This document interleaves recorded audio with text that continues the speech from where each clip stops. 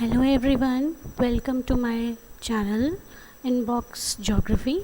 और ये मेरी जो सीरीज़ है जियोलॉजिकल टाइम स्केल, उस वीडियो का पार्ट 3 है। और अभी तक हमने इयॉन्स के बारे में और basic concept geological time scale से जितने भी रिलेटेड कंसेप्ट्स हैं उनको हम ऑलरेडी पिछले वीडियोस में स्टडी कर चुके हैं। अगर आपने नहीं देखे हैं तो आप इसके डिस्क्रिप्शन बॉक्स में जाके पुराने वीडियोस जो इसी सीरीज़ के पार्ट 1 और 2 हैं वो देख सकते हैं। तो लेट्स बिगिन अहेड। हमने जो अभी तक कर लिया है डिस्कस, उसके बाद जो प्री पैलेज़ोइक पीरियड है, अब हम पैलेज़ोइक पीरियड पढ़ने वाले हैं। लेकिन उससे पहले जो अब तक हो चुका है हमारी पृथ्वी पर उसके जियोलॉजिकल हिस्ट्री में, वो हम एक समरी देख लेते हैं कि जितने भी इयॉन्स हुए उसके अंदर जो हमारा पृथ्वी का क्लाइमेट था वो धीरे धीरे बन रहा था। एटमॉस्फेयर में बहुत सारी गैसेस आ चुकी थी, रेनफॉल भी होने लग गई थी, जिसकी वजह से थोड़ा जो वेजिटेशन थी वो भी बढ़ने लग गई थी। अब हमारे जो ओशन थे उसके अंदर काफ़ी फ्लोरा और फौना यानी जीव जंतु बनने लग गए थे। लेकिन वर्टिब्रेट्स और इनवर्टिब्रेट्स धीरे धीरे और इवॉल्व हो रहे थे। हम अब पैलेज़ोइक एरा को डिस्कस कर लेते हैं। सबसे पहले ये प्राइमरी पीरियड भी कहलाता है। पैलेज़ोइक एरा के 6 सब डिविजन्स हैं: Cambrian, Ordovician, Silurian, Devonian, Carboniferous और पर्मियन। हर एक हम जो ये सारे ही डिविजन्स हैं उनको हम एक एक करके डिस्कस कर लेते हैं ब्रीफली। तो सबसे पहले हम बात करते हैं कैम्ब्रियन पीरियड की। तो कैम्ब्रियन पीरियड बेसिकली, वर्ड जो कैम्ब्रिया है वो एक लैटिन नेम है, यूके में जगह है वेल्स उसका। और इसको कैम्ब्रियन पीरियड को भी फिर से हमने 3 भागों में, 3 एपॉक्स में बांट रखा हुआ है: लोअर कैम्ब्रियन, मिडिल कैम्ब्रियन और अपर कैम्ब्रियन। जो टाइम पीरियड है कैम्ब्रियन पीरियड का वो है 600 मिलियन बिफोर प्रेजेंट से लेके 500 मिलियन बिफोर प्रेजेंट तक। इसके अंदर ज़्यादातर जो छिछले सागर हैं, जो शैलो सीज़, उनमें चेंजेस आए। कई रॉक्स इस काल की हमको स्कॉटलैंड, इंग्लैंड, कनाडा, यूएसए में भी हमें मिल जाती है। ये जो पूरा पीरियड था ये इन्वर्टिब्रेट लाइफ का पीरियड था। इन्वर्टिब्रेट यानी ऐसे प्राणी, ऐसे जीव जंतु जिनके अंदर रीढ़ की हड्डी नहीं होती है। ज़्यादातर इस टाइम में जो हमारी अर्थ का जो क्लाइमेट था वो गर्म ही था और एक जैसा था। धीरे धीरे प्लांट्स का इवोल्यूशन होने लगा और राउंड अबाउट 1000 स्पीशीज़ जो सागर में थी या उसमें मराइन एरियाज़ में थी वो इवॉल्व हो गई, उनका डेवलपमेंट, उनका विकास हो गया। लेकिन अभी तक जो सतह जीवन था हमारी पृथ्वी की सतह पर, जो क्रस्टल पार्ट था, लैंड वाला पार्ट था, भूमि पर कोई भी एनिमल्स हमको इस पीरियड में देखने को नहीं मिलते हैं। आगे हम बात करते हैं ऑर्डोविशियन पीरियड की। तो ऑर्डोविशियन का नाम, जैसे मैं पहले की वीडियोस में बता चुकी हूँ, ऑर्डोविशीज़ एक टाइप के लोग रहते थे वेल्स के अंदर, ब्रिटेन में। उनके नाम पे ये नाम पड़ा है। और जो ड्यूरेशन है ऑर्डोविशियन का वो 500 मिलियन ईयर्स से 440 मिलियन ईयर्स बिफोर प्रेजेंट का ड्यूरेशन है। ज़्यादातर इसके अंदर ये जो पीरियड है इसके अंदर मराइन लाइफ बहुत डोमिनेंस किया है, उसकी प्रभुत्ता रही है। जितने भी समुद्री जीव थे जिनमें विकास हो रहा था बहुत तेज़ी से। इस तरीके की जो रॉक्स हैं वो हमको यूरोप, नॉर्थ अमेरिका में मिल जाती हैं। ये जो पीरियड था, ये काल था, इसमें काफ़ी वॉल्केनिक इरप्शन हुए, भूकंप और ज्वालामुखी फटे। और इस वजह से भी हमारी जो पृथ्वी की सतह थी वो काफ़ी गर्म रही।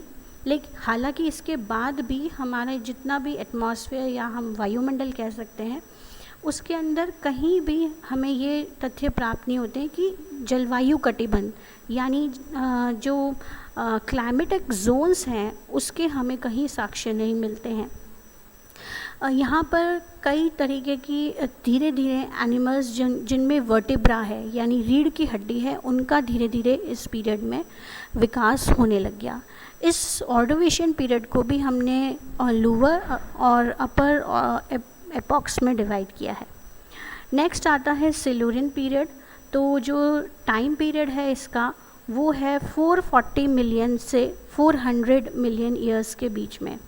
और सिल्यूरियन, जैसा मैं पहले के वीडियोज़ में बता चुकी हूँ, सिल्यूरिस जो एक वेल्स के अंदर ट्राइब है उसके नाम पे ये नाम पड़ा हुआ है। और इस पीरियड, पर्टिकुलर पीरियड के अंदर बहुत सारे चेंजेस हमको देखने को मिले, जैसे कि ऐसे प्लांट जिसमें पत्तियां नहीं हैं वो धीरे धीरे जो लैंड एरिया था वहाँ वो बढ़ने लग गए।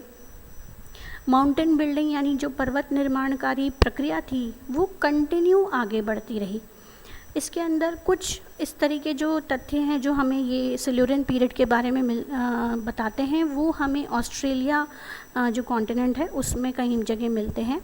और यहाँ पर वर्टिब्रे एनिमल्स यानी ऐसे एनिमल्स जिनके अंदर रीढ़ की हड्डी है वो भी हमें देखने को मिल गए।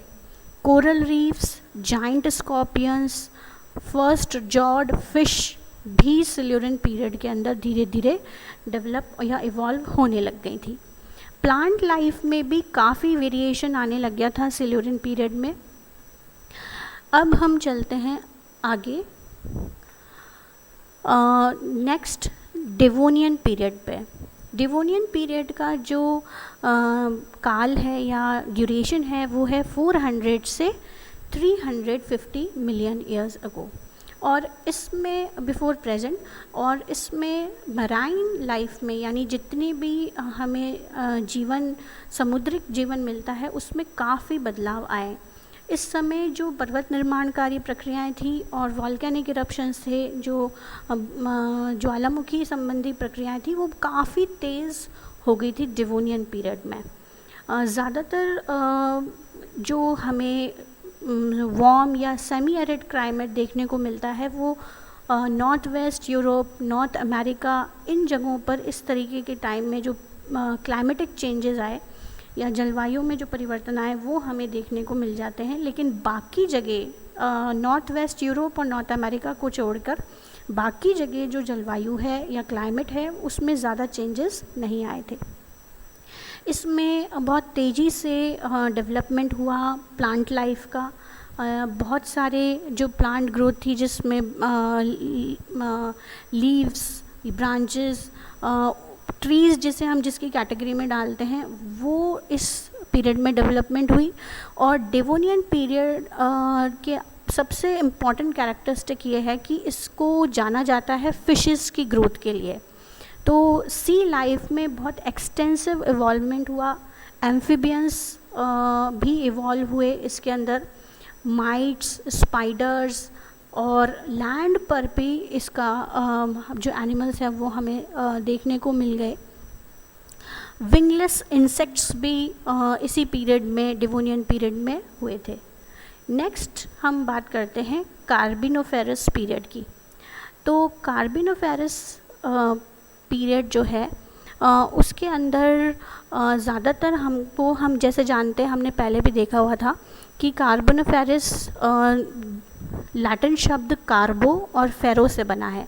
कार्बो का मतलब होता है कोल और फेरो का मतलब होता है टू बेयर।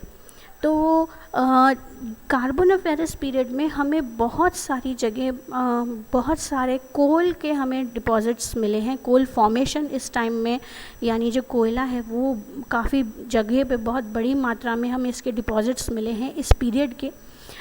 तो हम ये मान सकते हैं कि ये जो पीरियड था वो डोमिनेंट रहा कोल फॉर्मेशन का। तो जो ऐसे प्राणी हैं या जो ऐसे जीव जंतु हैं जो स्वाम्पी या मार्शी जगहों पे मिलते हैं वो हमें यहाँ इस टाइम पीरियड में देखने को मिले। इंसेक्ट्स, रेप्टाइल्स, फिशेस, ये सारे ही जो फौना थे वो हमें इनमें देखने को मिले। रेप्टाइल्स का इवॉल्वमेंट शुरू हो गया था कार्बोनिफेरस पीरियड में, और कई जगह ऐसा डेवलपमेंट हुआ कि जो हमें कुछ ऐसे ट्रेसेस मिलते हैं क्लाइमेट में, ऐसे डेवलपमेंट हुए कि डेंस वेजिटेशन ग्रोथ बहुत हुई, जो कि क्लाइमेट फेवर कर रहा था इस वेजिटेशन को, इस वजह से काफ़ी जगह काफ़ी थिक ग्रोथ हुई वेजिटेशन में। इसके बाद आता है हमारा next Permian period. Permian period का जो ड्यूरेशन था वो 270 मिलियन से 225 मिलियन ईयर्स के बीच में रहा। और पर्मियन बेसिकली, जैसा मैंने पहले भी बताया था, एक डिस्ट्रिक्ट है पर्म रशिया में, उसके नाम से ये नाम पड़ा हुआ है, और इसको फिर से लोअर पर्मियन और अपर पर्मियन एपॉक्स में बांटा गया है। बेसिकली जो पर्मियन पीरियड था वो लार्ज रेप्टाइल्स का था, और अब अगर हम प्रेजेंट में बात करें तो इस काल के जो ज़्यादातर रेप्टाइल्स हैं या एम्फीबियंस हैं वो हमें नहीं मिलते हैं, वो एक्सटिंक्ट हो चुके हैं। Asia, Europe, east, North America, इन सब में जो माउंटेन फॉर्मेशन है, टेक्टोनिक मूवमेंट्स की वजह से जो हुआ है, वो हमें यहाँ इस काल के हमें देखने को मिलते हैं। जो नॉर्दर्न हेमिस्फीयर है, यानी कि जो उत्तरी गोलार्ध है, वहाँ पर जलवायु काफ़ी शुष्क रही इस पर्टिकुलर टाइम पीरियड में, और जो दक्षिणी गोलार्ध था उसके अंदर धीरे धीरे ग्लेशियल पीरियड, यानी वो काल जिसमें हिमनद की वजह से बर्फ़ जम गई थी, वो काल हमें देखने को मिला था। और इसी काल में जो डेसिडियस ट्रीज़ हैं, यानी जो पतझड़ी वन है, वो भी इवॉल्व हुए, और बहुत सारे जो लैंड के एनिमल्स हैं उनमें काफ़ी डेवलपमेंट हुआ, उनकी जो स्पीशीज़ हैं उसमें इवॉल्वमेंट हुआ, और उसमें बहुत सारे वेरिएशन धीरे धीरे आने लगे। तो ये जो हमने इन्फॉर्मेशन शेयर करी आपके साथ वो अभी तक पैलेज़ोइक इरा से रिलेटेड थी। आगे जो मेसोज़ोइक और सिनोज़ोइक इरा है वो भी हम नेक्स्ट वीडियोज़ में कवर करेंगे। Thank you everyone.